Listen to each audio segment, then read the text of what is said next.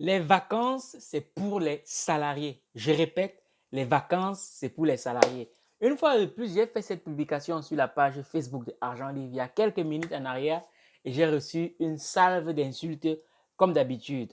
Donc, mon propos ici, c'est de te dire que sur cette chaîne, je m'adresse surtout aux jeunes entrepreneurs parce que moi aussi, étant jeune entrepreneur, je partage mon expérience avec eux. Donc, si tu sens que dans ton compte bancaire, tu génères déjà des milliards d'euros de chiffre d'affaires, des millions d'euros de chiffre d'affaires, il y a de fortes chances que ce que je vais partager avec toi aujourd'hui ne te concerne pas. Donc, tu peux tout de suite zapper cette vidéo et passer à autre chose. Par contre, si comme moi, tu es un jeune entrepreneur qui aspire à générer des milliards d'euros de chiffre d'affaires, reste bien attentif à ce que je vais partager avec toi aujourd'hui. Je dis bien, les vacances, c'est pour les salariés, ce n'est pas pour les jeunes entrepreneurs.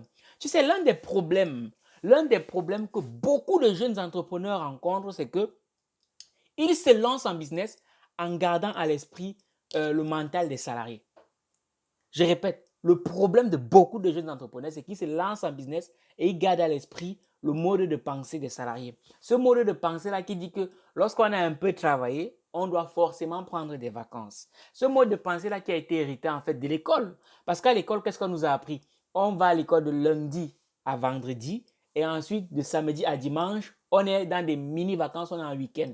Pareil, lorsqu'on finit les études et qu'on trouve un job, lorsqu'on a fini de bosser à un moment donné de l'année, on doit avoir des congés qui vont parfois à 3 semaines ou alors maximum un mois. Ça, c'est le mode de pensée des salariés. Par contre, lorsque tu es entrepreneur, ma personne, écoute bien ce que je vais te dire. En général, pendant les 5 premières années, si tu veux vraiment avoir des résultats, tu dois être orienté service pour tes clients. Et pour ça, tant que tu n'as pas un système qui peut tourner sans toi, tu n'as pas le droit de prendre des vacances, mon ami. Tu n'as pas le droit de prendre des vacances. Et c'est-à-dire, oublie ce qu'on appelle les vacances. Oublie ça. Et le problème des entrepreneurs, c'est quoi? C'est que comme il est en mode salarié, il se lance en business, mais il réfléchit en mode salarié. Qu'est-ce qui va se passer? Dès qu'il a un peu travaillé, qu'il a gagné un peu d'argent, il dit non, je viens de gagner 1 million, il faut que j'aille me détendre, il faut que je prenne un peu de vacances. Il faut que je me prenne même une semaine de vacances. Je vais voyager, je vais aller, je ne sais pas trop où. Donc tu as gagné 1 million. 1 million, c'est combien? 1 million, c'est quoi? C'est ça le problème des jeunes entrepreneurs qui se lancent. C'est-à-dire qu'ils se lancent dans un business et ils ne comprennent même pas dans quoi ils s'engagent. Et ça amène des gens à faire des choses qui n'ont pas de sens. Quelqu'un travaille un peu une semaine, il a gagné un peu d'argent, ça y est, il va prendre les vacances. Que tu as fait quoi? Non, non, non. Sache que si tu te lances en business et que tu vas avoir des résultats sur du long terme, tu as minimum 5 ans pendant lesquels tu hustles. Quand on dit hustle, quand on dit 5 ans de travail, 5 ans de travail forcé ou 40 ans de prison, les 5 ans, c'est 5 ans de hustle où tu bosses les congés, ça ne veut rien dire pour toi. Tu bosses sans compter tes heures. Et si tu n'es pas prêt à prendre ce temps-là, à éliminer les congés de tes pensées, cherche autre chose. Ça veut dire que tu ne sais pas dans quoi tu t'es lancé. Tu vas voir des gens, ils lancent leur business. Et les clients commencent un peu à s'habituer à eux.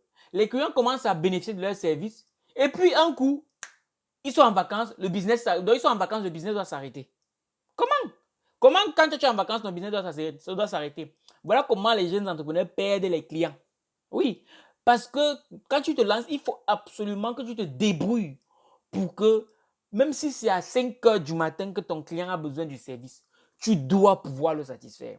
Regarde, est-ce que vous vous rendez compte de ce que Facebook, YouTube, Instagram, Internet a permis de faire? À n'importe quelle heure, lorsque tu te connectes sur Facebook, si tu cherches une information, tu vas la trouver. À n'importe quelle heure, si tu veux commander sur Amazon, tu vas pouvoir commander. Est-ce que vous voyez un peu ce que les gens ont pu faire? Donc, ils sont tellement orientés clients à tel point qu'ils ont réussi à faire que pour n'importe quel moment de la journée, si tu as besoin du service là, tu vas pouvoir en bénéficier. Et tu as des gens, pour peu qu'ils ont gagné leur premier million, ils disent qu'ils veulent prendre des congés. Ils disent qu'ils sont fatigués. Ah bon? Tu es fatigué. Tu as fait 1 million, tu es fatigué. Quoi que tu ne sais même pas dans quoi tu t'es lancé. Voilà pourquoi les gens qui vont dire que non, les vacances, c'est pour tout le monde. On se repose quand on a travaillé. Un pauvre n'a pas droit au repos. Tu te reposes que tu as travaillé quand? Tu te reposes que tu as travaillé quand? Va travailler. Quand tu vois tu ne peux pas dormir comme si tu étais en compétition avec les morts et tu veux devenir riche dans la vraie vie. Donc, ceux qui disaient qu'il faut les vacances, tout le monde a besoin de vacances. En général, c'est ceux qui ont une petite vision. Parce que lorsque tu as une grande vision, tu as vite fait de te rendre compte que, mon ami, les vacances, ça ne veut rien dire. Ça ne veut absolument rien dire. Une fois, j'ai écouté une interview de Aliko Dangote.